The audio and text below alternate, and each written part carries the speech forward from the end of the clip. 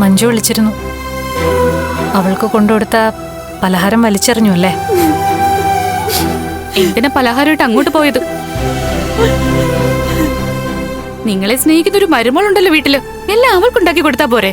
മോളെ, അവളെ ഞാനിപ്പോ മരുമോളായിട്ട് കാണുന്നില്ല. അതെന്താ കാണാത്തത്? നിങ്ങളുടെ സ്വന്തം മോന്റെ കുഞ്ഞല്ലേ അവളുടെ വയറ്റിൽ കിടക്കുന്നത്? അവിടേക്ക് കൊണ്ടുപോയ പലഹാരം എന്റെ കയ്യിലുണ്ട്. അത് ഞാൻ തിരിച്ചു കൊണ്ടുപോവാ. പക്ഷേ ഞാൻ കുറച്ച് കുഞ്ഞുടുപ്പ് വാങ്ങിയിരുന്നു. അതിവിടെ വെക്കുക. അത് വേണ്ടാന്ന് പറയല്ലേ മോളെ.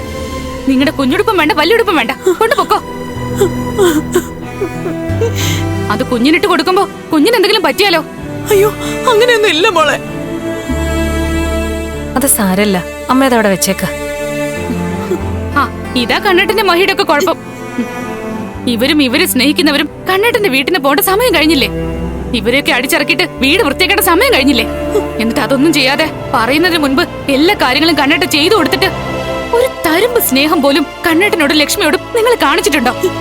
മോളെ, അങ്ങനെയൊക്കെ ആയിരുന്നു ഇന്നലെ വരെ.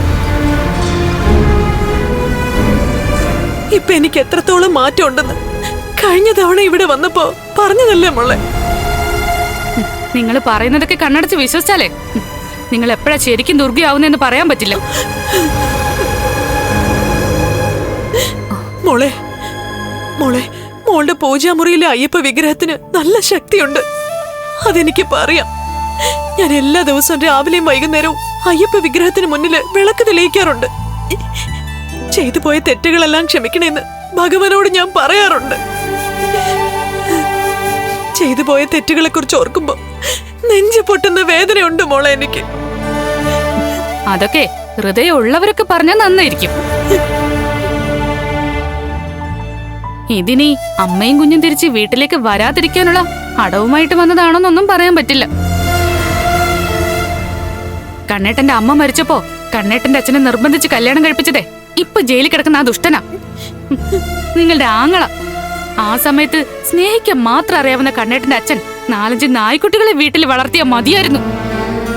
എങ്കിലേ കണ്ണേട്ടന്റെ അച്ഛന്റെ കാലശേഷവും കണ്ണേട്ടനെ സ്വന്തം ജീവൻ കളഞ്ഞ് ആ ജീവികളെ സ്നേഹിച്ചേനെ.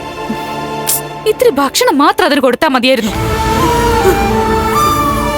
ഇതൊരു 2ാം ഭാര്യയായിട്ട് കൂട്ടിക്കൊണ്ടു വന്നു. അതിൽ 2 മക്കളും ജനിച്ചു, ഉണ്ണിയും മഞ്ജു. മഞ്ജു കഴിഞ്ഞ കുറെ നാള് വരെ നിങ്ങൾക്കൊപ്പമായിരുന്നു. എങ്കിലും അവളിപ്പോ മാറി. എന്നാ ഉണ്ണി എന്ന് പറയുന്ന നിങ്ങളുടെ മോൻ കണ്ണേട്ടന്റെയോ കണ്ണേട്ടന്റെ അച്ഛന്റെയോ സ്വഭാവം അല്ല കിട്ടിയിരിക്കുന്ന. അവന്റെ അമ്മാവന്റെ സ്വഭാവ ആ മേഘന്റെയും. ശരിയാ മോളെ, അവന് ഞാൻ എന്റെ കഴിവിന്റെ പരമാവധി തിരുത്താൻ ശ്രമിക്കുന്നുണ്ട്. വെറുതെ പ്രയാസപ്പെടണ്ട. ഇനി കണ്ണേട്ടന്റെയും മഹിയുടെയും ഈ കുഞ്ഞുമോളുടെയും ജീവിതത്തില് ഞങ്ങൾക്കുണ്ട് കുറച്ചൊക്കെ സ്വാധീനം.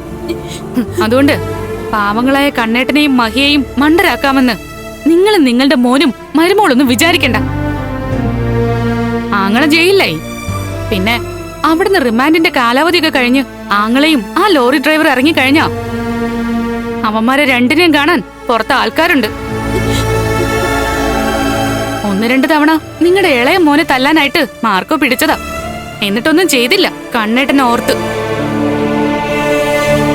മാർക്കോയുടെ കൈകൊണ്ട് ചാവണ്ടെന്ന് പറഞ്ഞേക്ക്. അമ്മ, കുഞ്ഞുടുപ്പ് അവിടെ തന്നെ ഇരിക്കട്ടെ. അമ്മ പൊയ്ക്കോ.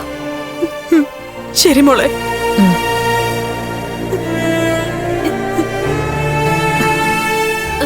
കുഞ്ഞിന്റെ അടുത്തേക്കൊന്നും പോണ്ട, പൊയ്ക്കോ.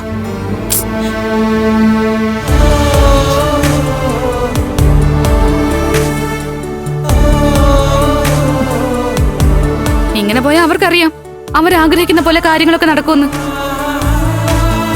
നിൽക്കക്കള്ളിയിലത് വന്നതുകൊണ്ടാ അവർ പുതിയ വേഷം എടുത്ത് അണിഞ്ഞത്. എനിക്കങ്ങനെ തോന്നില്ലല്ലേക്കേ.